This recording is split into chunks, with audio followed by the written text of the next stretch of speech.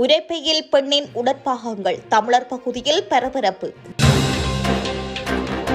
கொழும்பில் உயிரை மாய்த்துக் கொண்ட பாடசாலை மாணவி பின்னணியில் வெளியான தகவல். தலைவர் பிரபாகரனின் படம் வீட்டு சின்ன சுவரொட்டியில் போலீசார் தேடுதல் நடவடிக்கை. 19 வயது இளம் யுவதியை சீரழித்த வேட்பாளர் பிரச்சாரத்தின் போதே நடந்தேறிய சம்பவம். கணவன் செய்த கொடூர செயல் குடும்ப தகராறால் வந்த வினை. அனுரவின் வலையில் சிக்கிய முன்னாள் அமைச்சர்கள் கைது செய்யப்பட உள்ள பல அரசியல்வாதிகள். அரசாங்கத்தின் தவறுகளை மறைத்துக் கொள்ள பலி கொடுக்கப்படும் அதிகாரிகள் நாமல் விமர்சனம். மின் கட்டணம் அதிகரிக்கிறது உறுதியாக அறிவித்து ஜனாதிபதி.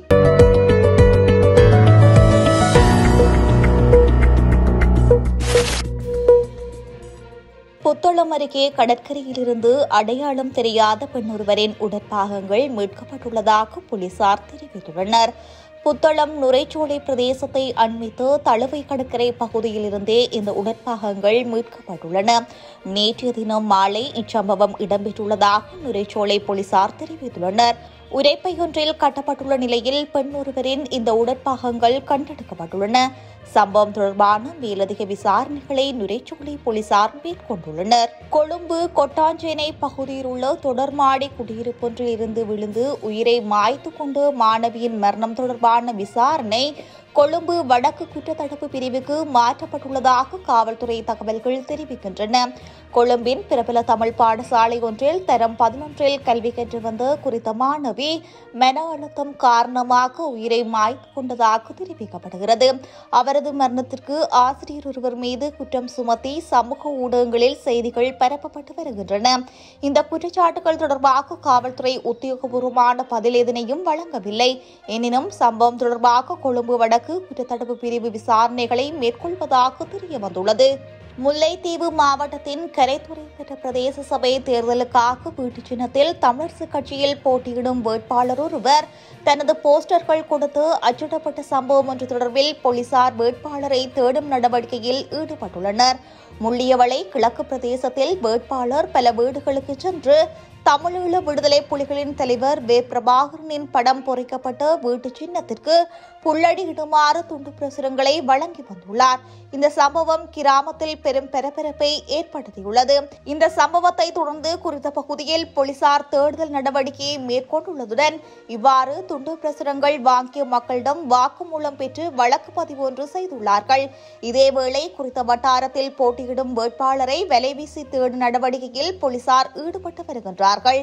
இதுவரை அவர் எந்தவித தொடர்புகளற்ற நிலையில் காணப்படுவதாக தெரிவிக்கப்படுகிறது. இதேவேளை வேட்பாளரின் இந்த செயற்பாட்டிற்கு ஏனைய கட்சிகளும் விசனம் வெளியிட்டுள்ளனர். எதிர்வரும் ஜூலை மாதம் மின்கட்டணம் திருத்தம் செய்யப்படும். குறைந்தபட்ச அளவில் மின்கட்டணம் அதிகரிக்கப்படலாம் என்று ஜனாதிபதி அனுரகுமார் திசாநாயக்க தெரிவித்துள்ளார். தனியார் தொலைக்காட்சி ஒன்றில் இடம்பெற்ற அரசியல் நிகழ்ச்சி ஒன்றில் கலந்து கொண்டு கருத்து தெரிவிக்கும் போதே அவர் மேற்கண்டவாறு குறிப்பிட்டுள்ளார். தொடர்ந்தும் தெரிவிக்கையில் வலுசக்தியின் பாதுகாப்பு தேசிய பாதுகாப்பின் பிரதான அம்சமாகும். வலுசக்தியின் சுயாதீனத்தன்மை இல்லையாயின் தேசிய பாதுகாப்பு பலவீனமடையும். இதனால்தான் மின்சார சபையை தனியார் மயப்படுத்துவதற்காக கடந்த காலங்களில் எடுக்கப்பட்ட நடவடிக்கைகளுக்கு எதிர்ப்பை வெளிப்படுத்தினோம். நடைமுறையில் தனியார் தரப்பினருக்கு மின்சாரத்தை விற்பனை செய்ய முடியும்.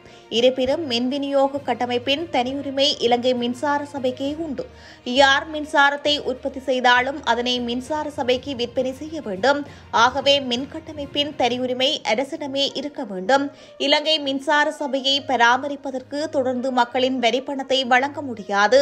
மின் உற்பத்திக்கான செலவுக்கு அமைய மின்சார சபை மின் பாவனையாளர்களுக்கு மின்சாரத்தை விநியோகிக்க வேண்டும் என்பது எமது கொள்கை. மின் உற்பத்தி செலவுக்கு அமைய மின் கட்டணம் தீர்மானிக்கப்பட வேண்டும் என்று சர்வதேச நாணய நிதியம் குறிப்பிட்டுள்ளது. மின்சார சபைக்கு திரைசேரியால் தொடர்ந்து நிதி விடுவிக்க முடியாது. ஏப்ரல் மாதம் இறக்குமதி செய்யப்பட்ட எரிபொருளுக்கான செலவு மற்றும் வரி உள்ளிட்ட காரணிகளை அடிப்படையாக கொண்டு மே மாதத்திற்கான எரிபொருள் விலை நிர்ணயிக்கப்பட்டுள்ளது. இலக்கிடப்பட்ட எதிர்பார்ப்புக்கு அமைவாகவே மின் கட்டணம் தீர்மானிக்கப்படுகிறது. வருடத்தில் 2 முறை மின் கட்டணம் திருத்தம் செய்யப்படுகிறது. கடந்த ஜனவரி மாதம் மின் கட்டணம் குறைக்கப்பட்டது. சட்டத்தின் பிரகாரம் எதிர்வரும் ஜூலை மாதம் மின் கட்டணம் திருத்தம் செய்யப்படும். குறைந்தபட்ச அளவில் மின் கட்டணம் அதிகரிக்கப்படலாம். கடந்த ஜனவரி மாதம் மின் கட்டணம் 20% குறைக்கப்பட்டது. அதிகளவான சதவீதத்தில் மின் கட்டணம் அதிகரிக்கப்பட மாட்டாது என குறிப்பிட்டுள்ளார். 19 வயது இளம் யுவதியை பாலியல் வன்கொடுமை செய்த குற்றச்சாட்டில் இந்த ஆண்டு உள்ளூராட்சி தேர்தலில் போட்டியிடும் வேட்பாளர் ஒருவர் கைது செய்யப்பட்டுள்ளதாக லக்கல போலீசார் தெரிவித்துள்ளனர். வீடு வீடாக சென்று பிரச்சாரத்தில் ஈடுபட்டுக் கொண்டிருந்த போது வீட்டிற்குள் சட்டவிரோதமாக நுழைந்தே இவ்வாறு வன்புணர்வில் ஈடுபட்டுள்ளார். வளர்ந்து வரும் அரசியல் கட்சியொன்றிலிருந்து லக்கல பிரதேச சபைக்கு போட்டியிடும் வேட்பாளர் ஒருவர் சனிக்கிழமை பிற்பகல் சந்தேகத்தின் பேரில் கைது செய்யப்பட்டார். தேர்தல் பிரச்சாரம் முடிவதற்கு சில மணி நேரங்களுக்கு முன்பு வீடு வீடாக சென்று வாக்கு சேகரிக்கும் பிரச்சாரத்தின் போது பாலியல் வன்கொடுமை நடந்ததாக போலீசாருக்கு கிடைத்த புகாரில் தெரிவிக்கப்பட்டுள்ளது. மேலும் போலீசாருக்கு கிடைத்த தகவலின் அடிப்படையில் 650 சுவரொட்டிகளை வைத்திருந்த 2 உள்ளூராட்சி தேர்தல் வேட்பாளர்கள் போலீஸ் காவலில் எடுத்து பிணையில் விடுவிக்கப்பட்டுள்ளதாக லக்கல போலீசார் தெரிவித்துள்ளனர். குடும்ப தகராறு காரணமாக ஏற்பட்ட வாக்குவாதம் முற்றியதில் கணவர் தனது மனைவியை கூறிய ஆயுதத்தால் தாக்கி கொலை செய்துள்ளார். தங்காளை போலீஸ் பிரிவின் பொலன்னமாறுவ வடக்கு பகுதியில் நேற்று இந்த சம்பவம் பதிவாகியுள்ளது. உயிரிழந்தவர் அதே பகுதியைச் சேர்ந்த 49 வயதுடைய பெண் என தெரியவந்துள்ளது. சந்தேக நபர் கைது செய்யப்பட்டுள்ளதுடன் தங்காளை போலீசார் மேலதிக விசாரணைகளை முன்னெடுத்துள்ளனர். கடந்த அரசாங்கங்களில் அமைச்சர் பதவிகளை வகித்து 6 மூத்த அரசியல்வாதிகளுக்கு எதிரான ஊழல் மற்றும் பிற குற்றவியல் குற்றச்சாட்டுகள் தொடர்பான விசாரணைகள் நிறைவடைந்துள்ளதாக அரசு உயர்மட்ட தகவல்கள் தெரிவிக்கின்றன. இந்த விசாரணைகள் தொடர்பாக லஞ்ச ஊழல் விசாரணை ஆணையம், சட்டமா அதிபர் திணைக்களம் மற்றும் போலீஸ் குற்றப்புலனாய்வு பணியகம் ஆகியவை விசாரணைகளை முன்னெடுத்துள்ளன. அதற்கமைய எதிர்வரும் வாரங்களில் இந்த நபர்களுக்கு எதிராக சட்ட நடவடிக்கை எடுக்கப்பட உள்ளதாக தகவல் வெளியாகியுள்ளது. குருநாகல் மற்றும் கண்டி மாவட்டங்களை பிரதிநிதித்துவப்படுத்திய முன்னாள் அமைச்சர்கள் இருவரும், களுத்துறை மாவட்டத்தை பிரதிநிதித்துவப்படுத்திய முன்னாள் அமைச்சர் மற்றும் நாடாளுமன்ற உறுப்பினர் மற்றும் பதுளை மற்றும் மொனராகலை மாவட்டங்களை பிரதிநிதித்துவப்படுத்திய முன்னாள் அமைச்சர்கள் இருவரும் இந்த பட்டியலில் உள்ளடங்குவதாக தகவல்கள் வெளியாகியுள்ளன. அவர்களில் சிலர் விரைவில் கைது செய்யப்பட உள்ளனர் என சட்டத்துறையின் மூத்த பேச்சாளர் ஒருவர் தெரிவித்துள்ளார். அரசாங்கத்தின் தவறுகளை மறைத்துக் கொள்ள அதிகாரிகள் பலி கொடுக்கப்படுவதாக நாடாளுமன்ற உறுப்பினர் நாமல் ராஜபக்ச விமர்சித்துள்ளார்.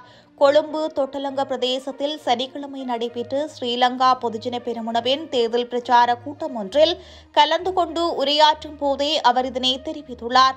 அங்கு தொடர்ந்தும் கருத்து வெளியிட்டுள்ள அவர், இந்த அரசாங்கம் எந்தவொரு விடயத்தையும் வெற்றிகரமாக முன்னெடுக்க முடியாத அரசாங்கமாகும். ஆனால் அவர்களின் தவறுகளையும் இயலாமையும் மறைத்துக் கொள்ள அதிகாரிகள் மீது பழி போடுகின்றனர். உண்மையில் இது கவலைக்குரிய விடயமாகும் என்றும் நாமல் ராஜபக்ச தொடர்ந்தும் தெரிவித்துள்ளார்.